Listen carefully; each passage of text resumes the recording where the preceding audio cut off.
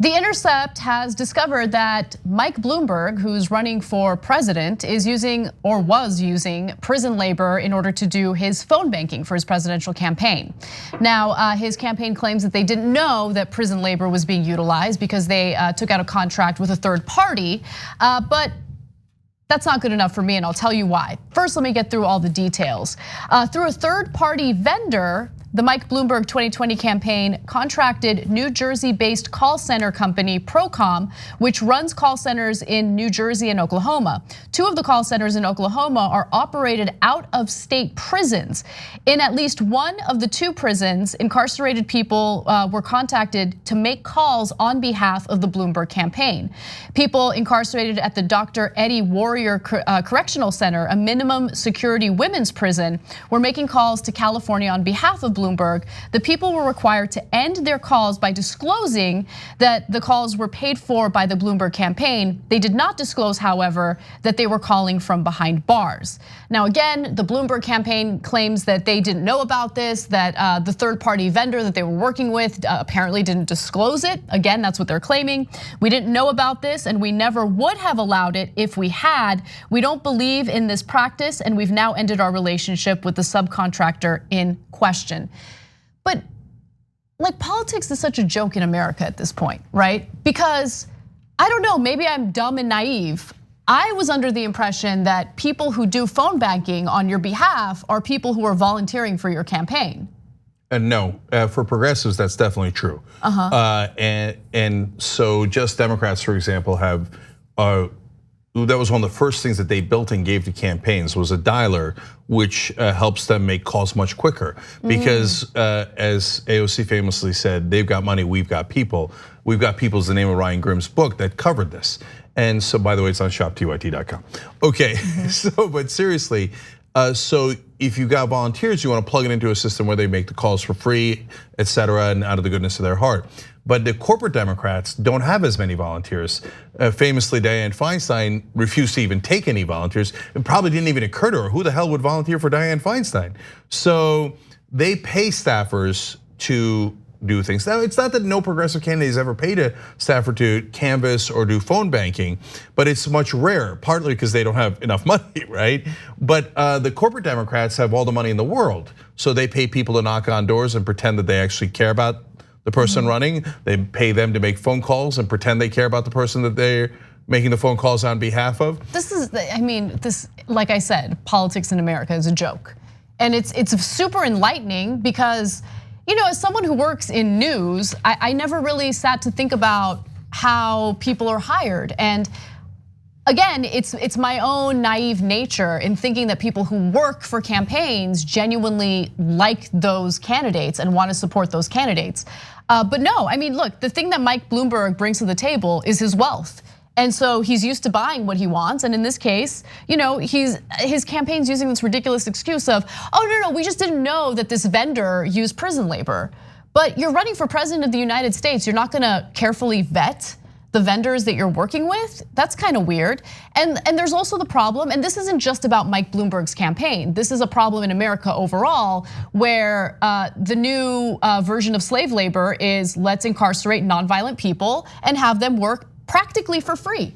So I'm gonna get to that because I actually think that's a bigger part of the story. But I want to give credit to John Washington at The Intercept for bringing this story. It's a great story and it had good impact on it. In terms of his campaign, he's spending money so quickly. To be fair to him, it's hard to keep up.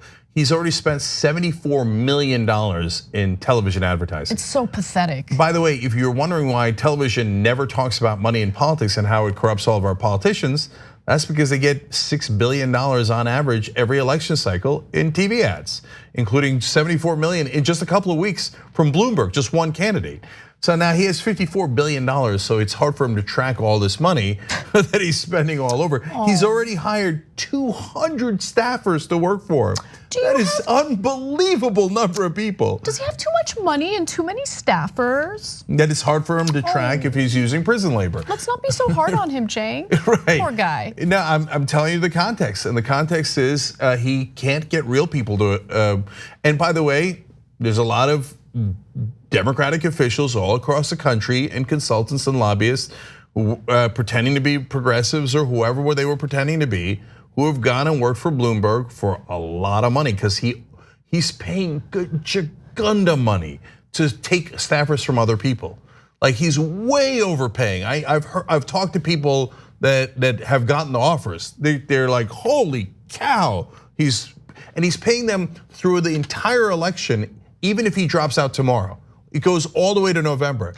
This is all like so soul crushing because if it ever crossed my mind to run for Congress and I knew that I couldn't run a campaign with volunteers who genuinely support me and want me to run for Congress, I wouldn't run for Congress, right? Because it's a giant popularity contest. That's what it is. No, I wish it was a popularity contest. What it is oftentimes a money contest. Anyway, but to go back to, I think, what is the more devastating part of the story, what Anna alluded to. So Bloomberg's campaign contracts with ProCom, and they say they're paying ProCom $7.25 an hour. I'm sorry, they're paying ProCom a certain amount, and ProCom says that they are paying Oklahoma minimum wage of $7.25 to the Oklahoma Department of Corrections. Okay, now already you have an issue here. You have two big issues. It's going to prison labor, and it's minimum wage of $7.25. That's $15,000 a year. That's nothing. But hold the phone. That's not even the main problem. The main problem is when the money goes to the Department of Corrections, it does not go to the prisoners. Right. The Department of Corrections then turns around, according to their published material, and pays people a maximum of, you're not going to believe this number, $20 a month. A month. You didn't hear it wrong. Another policy document they had said, no, we actually can pay him a maximum of $27.09 a month. Oh, that makes it better. Okay, great. Okay, so we've told you this in the past, but it's stunning every time you see it. A lot of these prisons pay their prisoners full-time work that they're doing $1 a day. $1 a day. That's why it comes out to either $20 or $27 a month. Okay, so you know what $1 a day is? Slave labor. Period. Period. Slave labor. We have it in the state of Oklahoma. I don't know if it's too ugly for the mainstream media to cover it consistently, or like, oh, they feel uncomfortable, or they're covering up for the powerful, which is 90% of what they do, right? But how is this not an outrage for the whole country that we've reinstituted slave labor? Oklahoma's not the only state doing it. A lot of the states pay their prisoners $1 an hour, $1 a day, and then they have them working for the richest people in the country. Mike Bloomberg is $54 billion. Right. And he's getting people to work for him for $1 a day. He's using slave labor, even though he has $54 billion. And so you could say, hey, he didn't know, blah, blah, blah, and we gave you all the context. But the system is what's wrong. It's not even about Bloomberg, it's that the system allows for this. And it's barbaric. And yet, the Republican Party rejoices in it. The Democratic Party does nothing about it. And the mainstream media. Some of them make excuses for, oh, well, they learned skills. No, but okay. These are not like dangerous, violent criminals who are gonna be in prison for this is a low security women's prison, okay? So non-violent offenders, I'm guessing the majority of them are non-violent offenders. Look, we have a system that has purposely created this punitive approach toward things that need rehabilitation, people who need rehabilitation, maybe someone who's addicted to drugs, whatever it is. But I don't think it's an accident. I think it's done on purpose because slave labor is part of this country's history. It's part of this country's present. And who gains from it? Corporations and the Department of Corrections.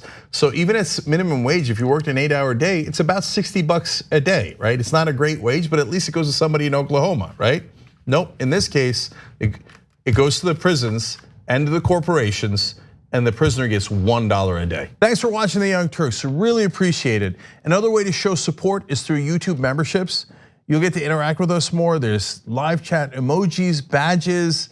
You've got emojis of me, Anna, John, JR, so those are super fun. But you also get playback of our exclusive member-only shows and specials right after they air. So all of that, all you gotta do is click that join button right underneath the video. Thank you.